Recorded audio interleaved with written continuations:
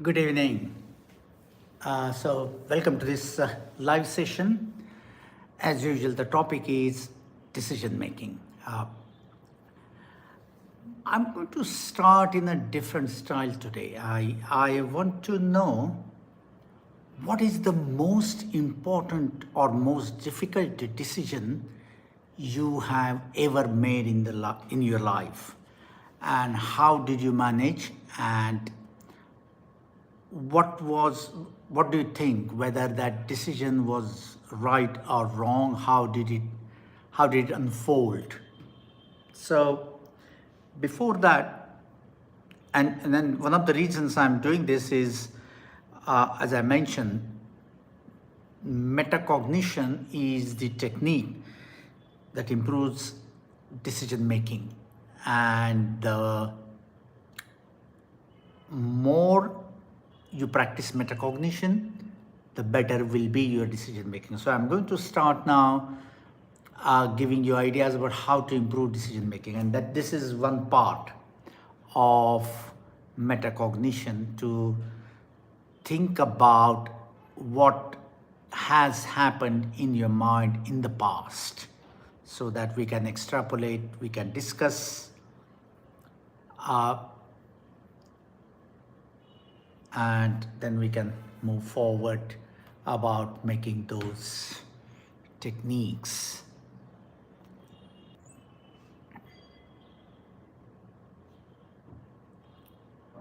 I'll wait for a few more people to join.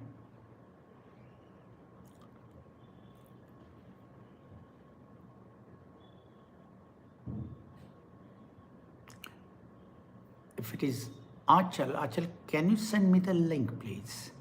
There is someone has just joined. So what I was saying is that I'm going to start it in an interactive manner today. I have had 2 live sessions in the past.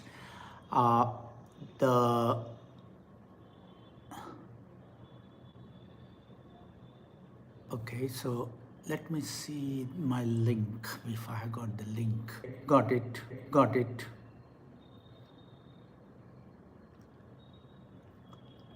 Oh, what happened?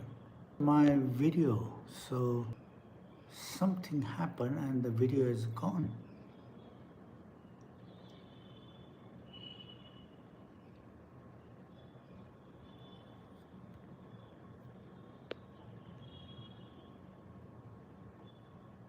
Good evening, Citrus. There is some problem with the video. Let me sort it out. There is some problem. It may be that I may have to. Okay, there's some.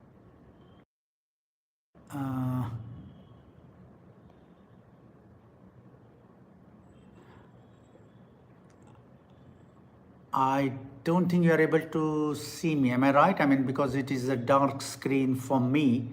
I just wanted to check. Are you able to see me? Anyone?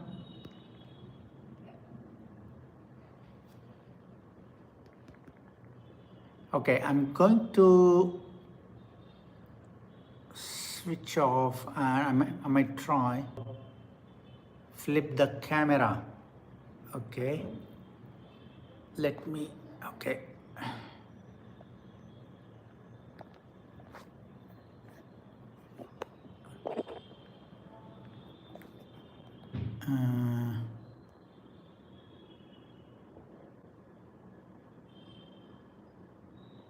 Now, can you? No, it is not working. So, okay.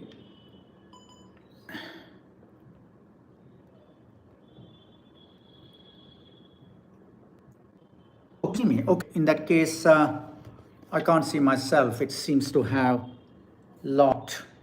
Right. So I'm just seeing my image on my black phone. But okay. Anyway, so what I plan to do in this session today, I want to be more interactive. And last 2 sessions, I did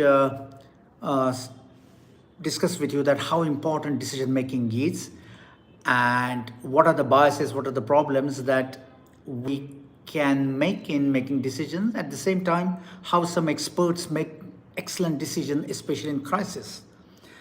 I can share the stories later, but I want to know from you so that I can focus our attention and to give you most information and knowledge and share some pearls of wisdom in as little time as I can. I want to know from you, what is the most critical, important, complex, difficult decision you have come across in your life? Can you recollect? And then I'm going to ask you a few more questions about it. Any volunteer, if you have seen somebody else's situation, you can quote that, but this is for us to start discussion. And in this session, I want to give you some tips how to improve your decision-making skills. The term that I mentioned is metacognition. So anyone who want to share their personal or somebody else's difficult decision making. Okay, what kind of decision? The easiest thing is professional career studies decision in life. Yesterday we spoke about personal relationship decision. Those are more complex and very emotional factor. If you want, I can take forward. And Psychiatrist, yesterday you mentioned the personal decision, and I wanted to add further than that the emotional part, in fact, the metacognition helps for that as well. So to be honest, on that note, I thought that I need to talk about metacognition. Okay, so there is deciding to leave my job would be the hardest job without any long-term backup. Oh, right. Okay. Right. Yeah, it's a very, very good. I mean, I'm sorry when I'm saying this good situation for decision. But as you mentioned earlier, it is a difficult situation. Okay. So, deciding to quit a job. Okay. And now, how did you manage to take that decision? And I want to know from you how much of that rational thinking part you thought hard about it, how much you felt it is an emotional decision. So I'm just waiting, because this metacognition would help you. What happens is that it would do churning for yourself. It went, okay, I tried saving up before leaving that job. Okay, that is a practical aspect. I planned it like that. Okay, that's fine. That's both rational and emotional handling in a very positive manner. So you thought about the practicality, what are the consequences of your decision, and you planned. That's a fantastic. So because the planning shows that the awareness and the positive approach that I need to secure some financial resources. That is good.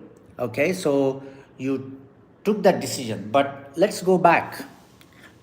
Taking the decision, because you said that you took the decision after you did these things. I doubt it whether it happened that way. You must have thought about it and then you proceed. So you acted on it, your thought, but that is the decision that you made beforehand, before it got solid. Yeah, of course it's not enough for long term, but yes. Okay, so while taking the decision, you must be some anxiety. There is some sadness as well as apprehension, or maybe, I may not be correct, because you might be fed up with the job, or you were quite eager, you had enough of that job and that's why you wanted to quit, but you maintain that for the financial reason. Fine. Now, I will tell you how you avoided those biases, and there is one bias called as sunk cost bias. Very interesting, and I'll give you a general life example, and you tell me whether you have come across with this situation, you have heard about this. Now, you go for a movie, to watch a movie, it's a price, you made the premium price. You start watching the movie, and within half an hour or so, you just get fed up. I think that movie, don't like it, the topic, and you get disillusioned, dismayed that, oh my God, what this kind of movie is. So you don't like that movie and you think that it is just waste of time. But still, you stay there for another couple of hours, and just because you have bought the ticket, you have paid the money, and those the remaining 2 hours are just the hours of torture. There is nothing good in that movie. You wasted your time, but you spent it, and you had known that within half an hour that the movie is not worth watching. Has it happened to any of you, or have you seen or have you heard happening to others this?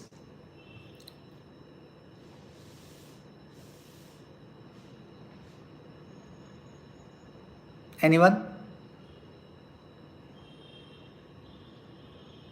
Okay, while you prepare, understand, I'll tell you what this sunk cost bias is. And okay, I'll repeat it. You purchase a premium ticket to go to a movie. The movie is for 3 hours. As soon as the movie starts, within 30 minutes, you realize that it is not the kind of movie, the quality of movie that you expected, and you find the movie is very rubbish. You didn't like the topic, you just didn't like it. And you felt like not staying there any longer, but because you have paid premium price for that ticket, you have spent money, you stay there for another 2.5 hours and bear the torture. Despite watching for rest of the 2.5 hours, the movie, you don't like that movie. In fact, your opinion about the movie gets worse. So you spend 2.5 hours knowing that the movie is rubbish just because you have paid money. Yeah, okay. So this is the coin. This is called a sunk cost bias. So I'll first tell you what this sunk cost bias is, and why it is bias, why it is wrong thinking, and why it happens. So sunk, so the cost is sunk, the price that money has sunk, it is the bias. So you have spent something, and you know that the money, that whatever in the money, time, energy you have spent is not good. It was not worth spending time and money. But you continue that just because you have spent that money. So whatever you have already spent, just because you have spent something, you continue spending further, you waste further. So in this case, that half an hour time that you spent earlier to watch that movie, okay, at least first half an hour you found you didn't know about it, but after half an hour you realize that the money is rubbish. It is not worth spending time, money, But still, just because you have spent time, money, you wasted another and bear the torture, suffer the torture for another 2.5 hours. Okay. Now I will get this simile to the relationship issue. Many people continue relationship which is not giving them a pleasure just because they have been in relationship for this long. Okay, I mean, there are other factors. This is not just one factor. There are other factors that compromise and all other, like anxiety, what will happen. But when someone stays in the relationship just because they have been in the relationship for whatever 2 years, 3 years, 5 years, they continue, that is sunk cost bias. Now, why that sunk cost bias? I'll discuss that again. Now, this happens not among individuals, it happens in organizations as well. We have come across, like suppose a hospital, they built particular unit for very fancy kind of surgery. It wasn't generating as good enough review, the money that they have spent. So they realized within 2 years that they shouldn't continue it. But just because they had spent, they did continue it, and they increased their losses for another 8 years. And then another manager came, and then he changed. He demolished it and did something different. But this is what it happens because of sunk cost. Now, why it is biased, why it is wrong? Because you should make decision based upon what is going to happen in the future. What will you gain? Okay, so the question is how to fix it. So go to the basic. The decision that you need to base should be based upon what is going to happen in the future. What past has happened. You are not going to get that past back. The half an hour you spent in that cinema hall is gone. You're not going to get it back. But just because you have spent half an hour in that movie hall and you have spent money, you wasting another 2.5 hours and losing your quality time is further loss. You're worsening the losses. You're not gaining anything. You could have stopped there. Now, two decisions you could take. Just stop it. Just waste. Okay, my money is gone. I'm not getting that money, but at least I won't waste more time and suffer the torture further. And it applies to the relationship and other investments as well. Now, this same thing happened to a certain extent in investment, in shares and all. Some people wait. Okay, either it will go up, it will go down. Nowadays, things have become different because of there are so many apps and all. But the mentality still holds that, okay, I have bought it, I have spent money. So they keep on worsening their losses. So this happens in relationship, this happens in the personal decisions. Now, this happens in career as well.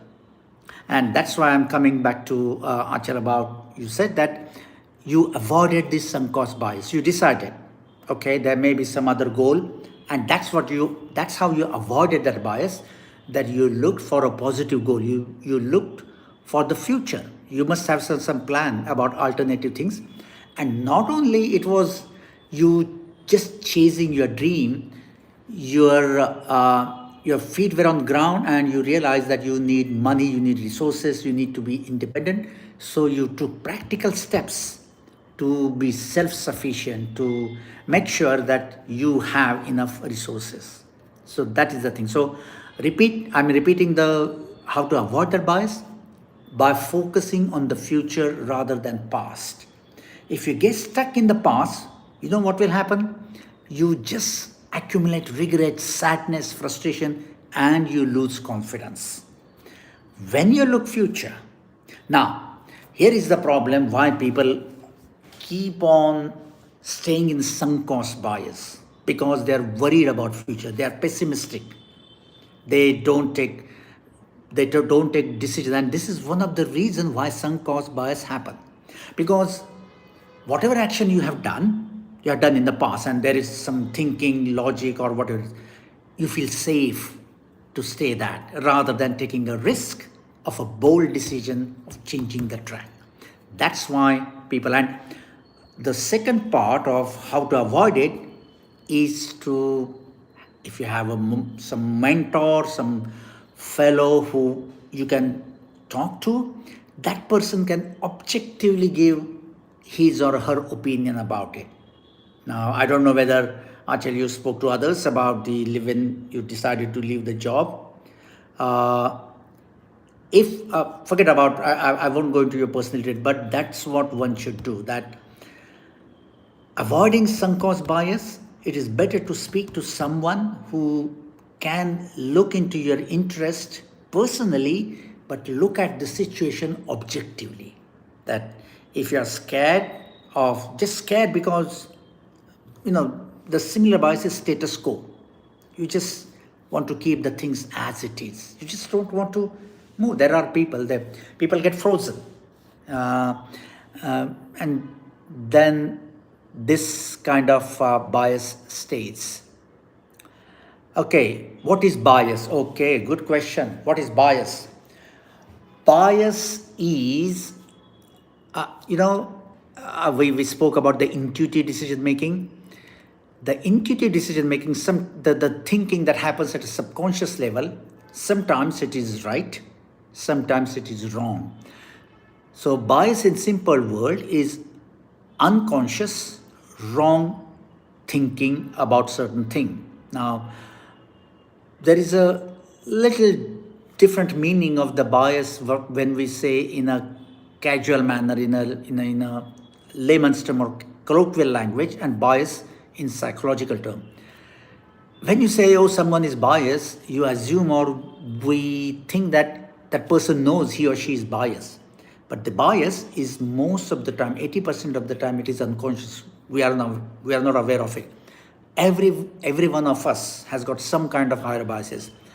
I'm a professional in that. I've studied it, but I will admit that I do have some biases as well. Biases are so ingrained. Now, the common biases are gender bias in our country, our society. There is a caste bias, there is a economic bias, rich, poor, there is a regional bias. So there are various biases. The biases is a human mentality, but the degree of biases decides how far your decision making is going to be affected. Okay, so any other question, comment, any other example, any supporting, challenging? In fact, I want people challenging me that now I have got different opinions. So it gets more interactive, challenging, and I get more in a convincing mode. So you can challenge me, you can counter me, you can give me different perspective. I'm happy with that. I will wait, or if there is any other linking thing. I would say, what is the difference between sunk cost bias and status quo?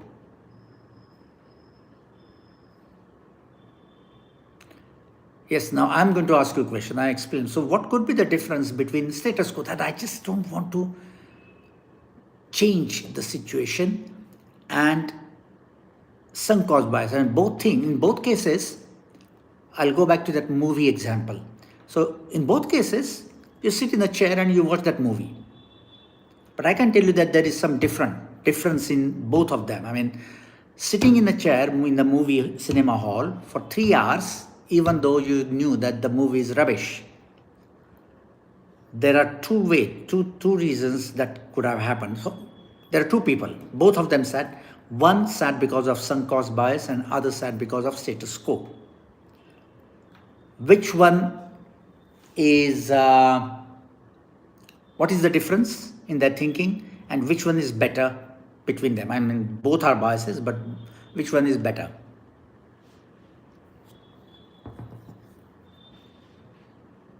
Come on, doesn't matter if you're wrong. It is just the discussion. It will crystallize your thinking. Stethoscope? Oh, status quo. Sorry. I meant status quo.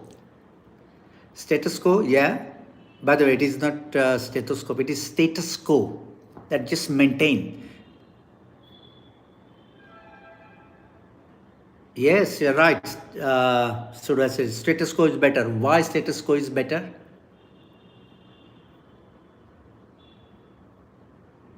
Sudha says status quo is better. Why status quo is better? Better in the relative, I mean. Yeah, status quo is better. Okay, I'll tell you.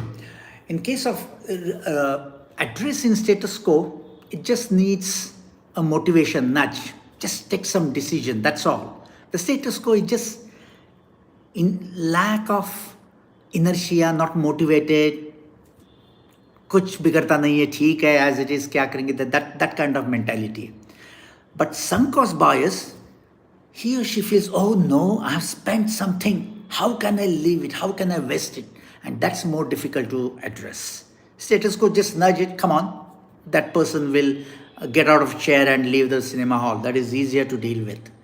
Or visit, I mean, it's okay. I mean, although it is rubbish, it is the very nice air-conditioned atmosphere. So I will better stay. I will enjoy that. That is the status quo. So the answer is right. Status quo is better than this thing. But ideally, I mean, it is better, but it is not good. I mean, you could be more productive. You could spend that time something better, doing something better.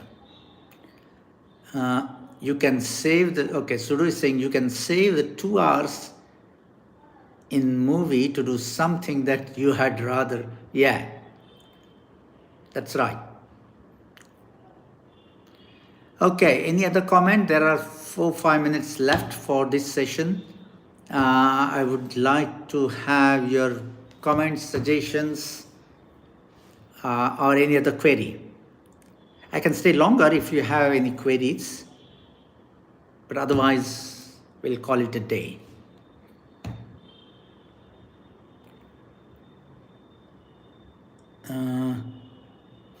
What else?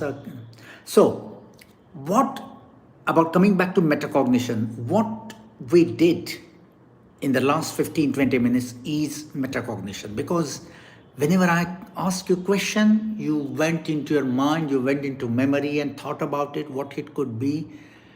You sort of try to remember and you try to analyze to a certain extent. So that is just a hint of metacognition. Do you have anything to say on plastic surgery? Okay, yes, I want to say about plastic surgery, and it is in relation to this. I will connect it to this sunk cost bias. People those who have some facial deformity or they have some kind of cosmetic problem, some people just avoid getting it done. Very simple thing. Just because, oh, it is this thing, they develop some identity. On the other hand, there are people who although they don't have significant disfigurement, they rush to plastic surgery. Now, the recent example is coming to my mind because he was a very, very well-known person, celebrity, Michael Jackson. And I gather you might be knowing that there is a movie coming up, or it may have already in cinema hall. And the reason I'm thinking about Michael Jackson, because whenever I think about plastic surgery, and if I want to give one example about how good or bad plastic surgery is and how it affects psychology, and psychology affects the desire of plastic surgery, that was Michael Jackson. As you know, he's from his race, he's African. He was black colored when he was young. But because of his desire, him comparing himself with white people in USA, he changed his color of skin. He did so many plastic, his nose and all. To be honest, if he had come to me as a psychiatrist, I would have discouraged him to undergo plastic surgery. But his psychological trauma was so harsh, so strong, that he went many plastic surgeries. And part of that, mentioning here, is part of that was sunk cost bias.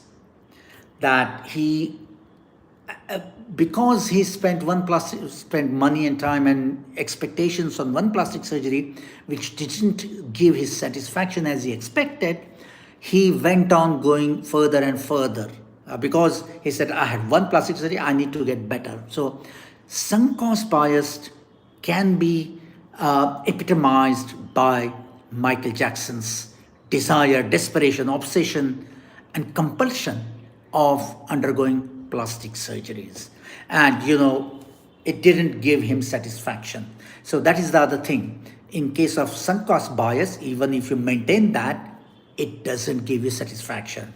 If he could have stopped at water after 2-3 surgeries, if he would have taken advice, satisfactory advice, he would have stopped it, and he should have, because that worsened his psychological problem that went to addiction and all, and to be honest, death. I believe you know how he died. He died because of overdose of narcotic sedative medication. So with that, okay, so psychiatrist, even after so much surgery, how he could be satisfied. Okay, that is a very, very big topic. Sometimes people seek plastic surgery for their psychological problems, which doesn't help. If there is actual cosmetic deformity, then yes, plastic surgery helps, and it helps psychological benefit. It is for psychological benefit as well. But someone wrongly, again, it was a biased decision making. And I don't know whether the surgeons he went to gave him genuine ethical advice. But if I would have been a plastic surgeon, if I would have been his psychiatrist, I would have told me not to undergo any more plastic surgery. In fact, the plastic surgery worsened his problem, because what happened, he had some expectations. When that that expectation was based on his psychological problem, not the actual reality of facial deformity. So he expected that his psychological problem will get solved by surgery, which didn't, and it doesn't. So he became more depressed, more obsessed, and went further. That's how he went downhill. So you could see that this is the worst, infamous example of sunk cost bias. With that, I think I have answered all the questions. If there is any questions that I missed, let me know. Yeah, that's right. It is a very sad story, but we should learn from others' mistake, and this is one of the mistake or bias. And hopefully, today's session did serve the purpose that you joined, and I hope you will continue to join. Unless there is any other dire, urgent question, we'll call it a day, and I will see you tomorrow. And thanks for bearing with me, because I was... Now, by the way, I continued despite me not seeing myself on screen. So that was not a sunk cost bias. It was because I wanted to continue. So I would like to clarify, I didn't continue based on sunk cost bias. I based on the need. Thank you very much. So I'll see you tomorrow. Bye-bye.